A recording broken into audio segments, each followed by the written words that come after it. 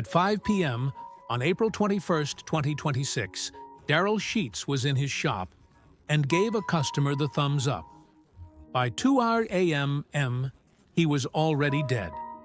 And Darrell had already told everyone what was killing him, which pointed directly at a world that Jarrod Schulz had already fallen through before he died.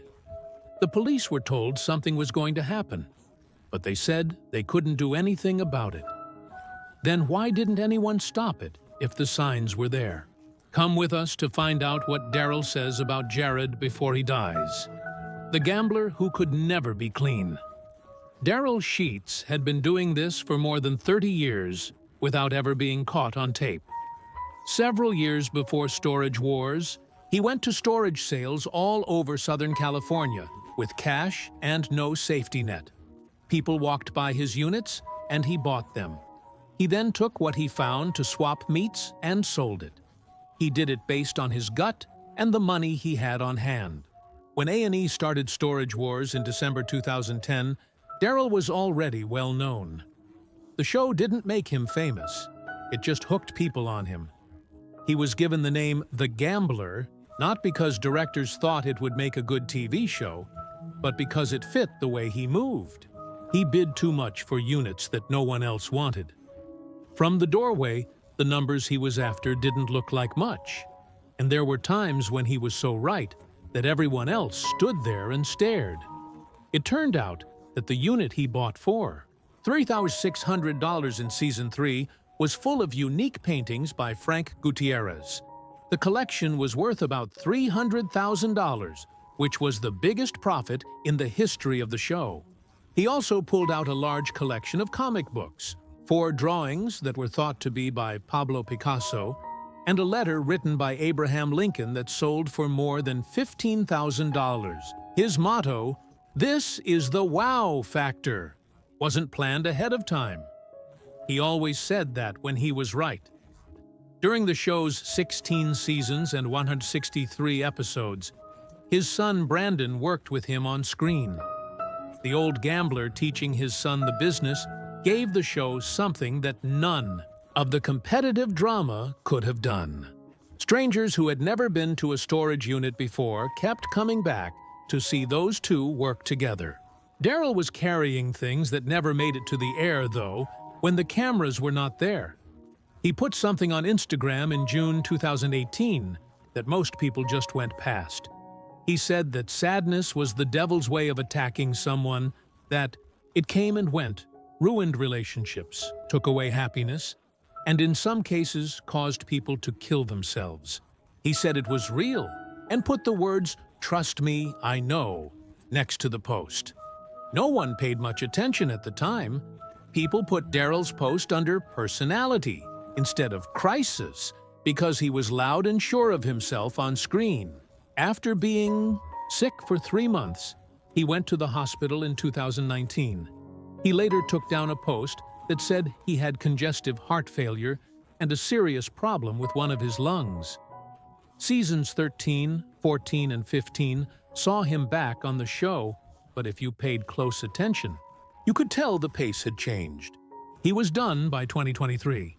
He went to Lake Havasu City, Arizona, and opened an antique store called Havasu Show Me Your Junk. There he sold old signs, collectibles, and things that belonged to gas stations. His Instagram showed a man who had really slowed down customers by posting updates about his goods that made it look like nothing was going on. His last Instagram post was in December 2025, and by February 2026, he hadn't been seen on Facebook at all. No one outside of his close friends and family asked him why. But there wasn't peace in the silence inside that circle. Daryl had been fed up with something for years, and it had nothing to do with his shop or his heart. He finally put it down, on paper, in March 2026. What he wrote made it clear that he had been scared for a long time. He wrote everything down, named the person who did it, and turned in the papers. So why was he still in danger? 3 years of being sought after. In March 2026, Daryl wrote a post on Facebook that looked like a police report. Someone had been hacking into his accounts and sharing false information about his sexuality, fake arguments with the owner of a nearby children's arcade, and other things meant to make people in Lake Havasu City angry enough to take action. They did something. People came to Havasu Show Me Your Junk to hurt him because of posts he hadn't even written. There was no disagreement between him and the arcade owner, and the posts were not from him. He was also not the person the content made him out to be. In his own words, he felt sick and sorry about what was being said about him. There was more to Darrell's speech than just the defense. Besides that, he was making a design. He wrote that the same person had been threatening other small businesses in the city with his name while posing as a handyman and taking money from people who thought they were dealing with Jarrod Schultz. This was done over 3 years and involved multiple victims and a borrowed identity. He said it was a felony and that the cops knew about it but couldn't do anything about it because the platform where it was happening let it go on. He died 6 weeks after making that post. When the news came out in the morning of April 22, 2026, close friends and family of Daryl began to talk. What they said made it clear that the fear had not started with the March Facebook post. It was the first time anyone had seen it from Daryl. Within hours, Renee Nazoda put up a video on Instagram. Fans thought they didn't really know each other because he and Daryl had been competing hard against each other on the show for years. Renee said that wasn't true. He said that the person who was after Daryl had been torturing him in the months before he died, and that Daryl had been writing about it on a regular basis, leaving a paper trail that police needed to follow. This wasn't something he was taking lightly. Someone had to take responsibility for what took place. Laura Dotson, who had worked with Daryl on the show for more than 10 years, told everyone what Daryl's family had told her. She used the exact words to describe how Daryl felt. Lessened. She also said that he was scared, both for himself and for the people around him. He had no idea why he had been picked. She also said that he had been carrying extra weight. His health had not fully recovered from the surgery in 2019, and his relationships had been unstable for a while. Her words were that he was a wonderful man who had a strong faith. After Daryl's death, Sergeant Kyle Ridgway of the Lake Havasu City Police Department said in public that the department knew about the cyberbullying claims and was looking into them as part of the ongoing investigation. As of May 2026, no one had been arrested. As of May 2026, no one had been caught. The schedule was what people who knew him remembered. There was a paper trail that anyone could follow after Daryl left. He had posted, named the problem, made reports, and gone missing. It wasn't enough at all. When police got at his house early on April 22nd, they saw that he had killed himself with a gun. He was 67 years old and was pronounced dead at the scene. His son, Brandon, daughter Tiffany, granddaughter, Zoe, and daughter Kimber were all left behind. They had seen him fight this for years, but they still couldn't stop what happened that morning. Not long before Daryl fought for his name in Arizona, Jarrod Schulz had already lost his. Daryl saw it happen. What Jarrod's friend Daryl saw happen. When Daryl made that honest public admission about his depression in 2018, Jarrod Schulz and Brandy Passante were still on storage wars. They were bidding at the same auctions and running the same thrift store, and viewers were sold the idea that they were America's favorite fighting pair. However, they were not together. Their relationship had ended during the break in production, but neither of them talked about it in public. It kept happening on TV while something else was going on behind the scenes. They kept showing up and filming. Brandy told the camera that she was no longer with Jarrod when season 13 came back in April 2021. She said that they broke up after season 12 was over.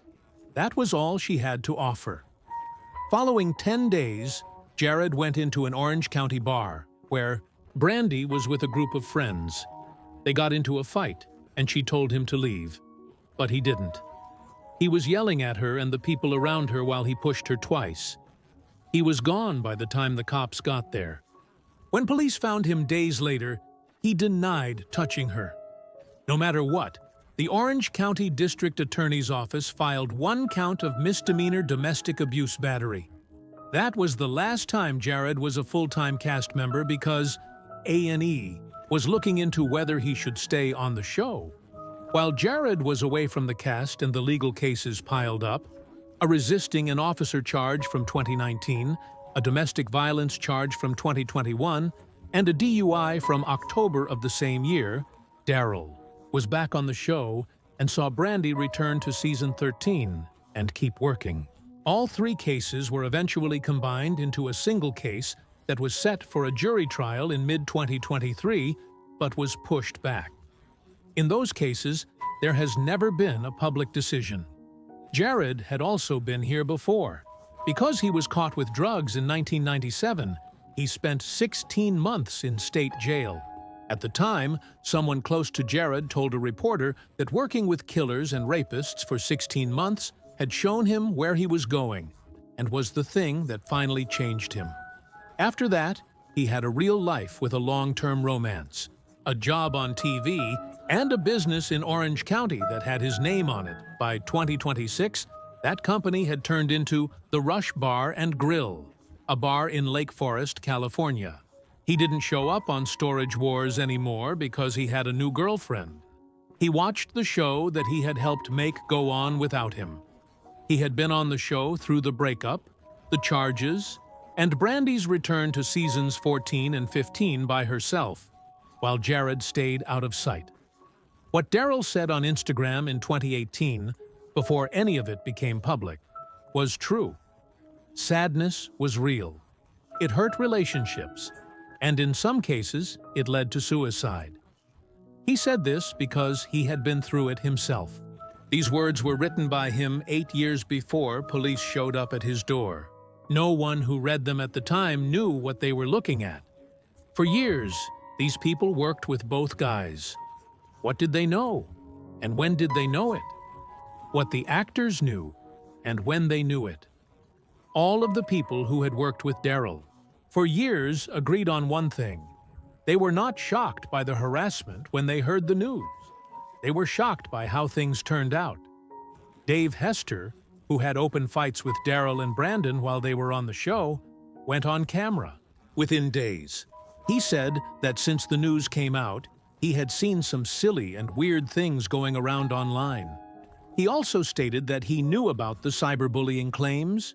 He didn't say anything else, but the fact that Dave went on camera at all, given their history, said something about how badly this hit the whole community. Renee came first. People thought the competition between him and Daryl was personal, because they had been competing for years. He made it clear that it wasn't. Off camera, they were nice to each other. Daryl worked harder than most people, and his family was the most important thing to him over everything else. He said there was a real fight. The anger had not gone away. More bluntly, Laura Dotson spoke up. She told a news outlet what Daryl's family had told her privately, that the 3 years of harassment had made him feel weak, scared for himself and those close to him, and confused about why he was being picked on. What else did she say? Daryl had been carrying other things. He had never come back from 2019 the same way he went in.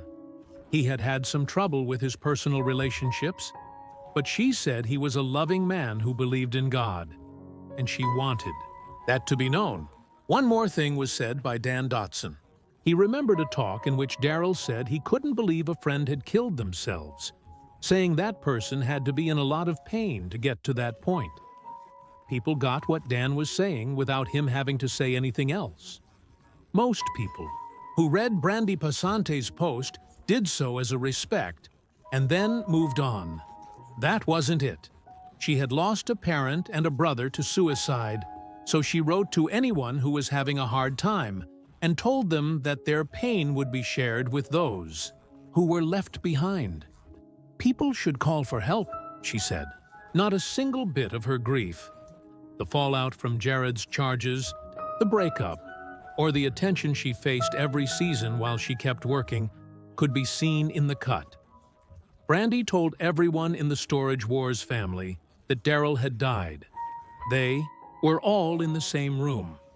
There were rumors that some of his co-stars would help the Schultz family pay for the funeral.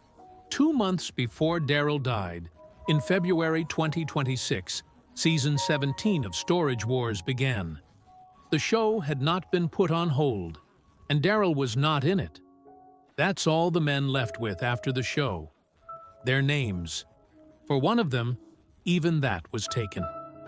When the machine moved on and left them behind. What really happened? The machine that never stopped. The story of Storage Wars didn't end when Darrell Schultz died. Season 17 started in February 2026, and Season 16 ended in 2025. Brandy was still bidding, Dave Hester was back after a long break, and new buyers filled in the gaps left by old ones. But the routine, the parking lots, and the auctioneer's countdown never changed. And Jarrod Schulz was no longer on the show, but it didn't seem like anything had changed. Daryl knew this was going to happen. He didn't say anything when he left after Season 15 in 2023. His body had already made up its mind years before, and people who had closely watched his last few seasons could see the change.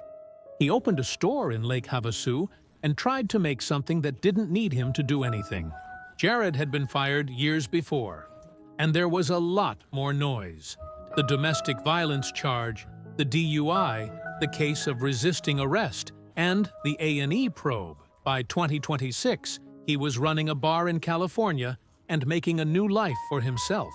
He was on the outside of a machine that had already moved on without him. A lot of people saw both men's public relationships end during or after their time on the show. Daryl and his ex-wife, Kimber, broke up in 2016, while he was still running for office.